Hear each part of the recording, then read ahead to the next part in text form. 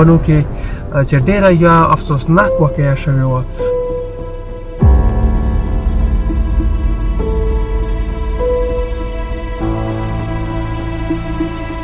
خدای شته ډېر بې انتها زړه دردونکې واقعه وه.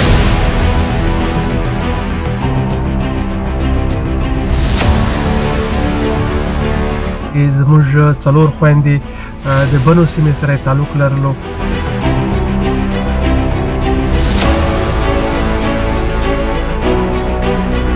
چې هغه په میرلي کې چې څوک هم د نامعلوم خو نامه ورکړل کېږي، خو بهرحال موږ بیا هم د دغه د ریاست باندې زمواري ځکه واچوو چې کوم خلکو قاتل معلوم نه وي، دغه اسلام هم دغه وایي او دغسې عصري قانونونه هم دغه وایي، نو هغې ذمهوار ریاست وي.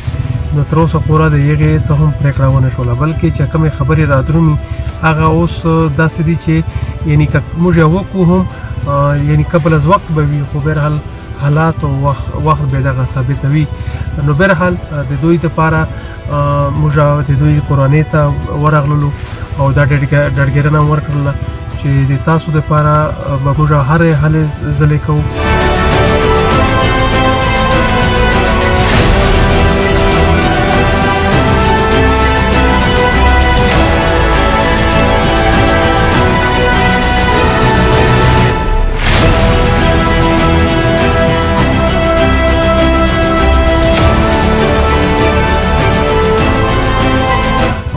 دلته چې کوم د پاکستان میډیا یا ریاست لخوا چې کوم یعنې یو بې شرمه اټیچوډ موږ ولیدلو چې دلته خو پنجاب کې که چېرې یا چا سپی مړ شي هم یو خر هم چې اکسیډنټ وشي هغې هم ډېر سرخي چلیږي او دغه دغه لویه واقعه وشوله او د هغې باندې هېڅ څه یعنې یو سټیکر هم نه و چلېدلو.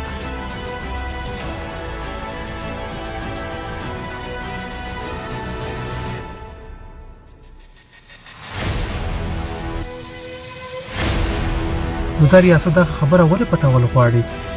یعنې که چېرې مقصد دلته خو په پنجاب کې خو هر قسم خبر بیا را درومي، دلته زموږ د خاورې دا غوټه واقعه وشوله، بام د دوی هېڅ هم ریاکشن شو نه کړلو. بیا زموږ ممبر محسن داوړ هم دغه په پارلیمنټ کې دغه ورته خبره وکړله، خو بهرحال بیا هم دوی چې کوم پام دی بلکل خبره هم نه کوي، د هغې خبرې بلکل یعنې بېغلې دي تر اوسه پوره.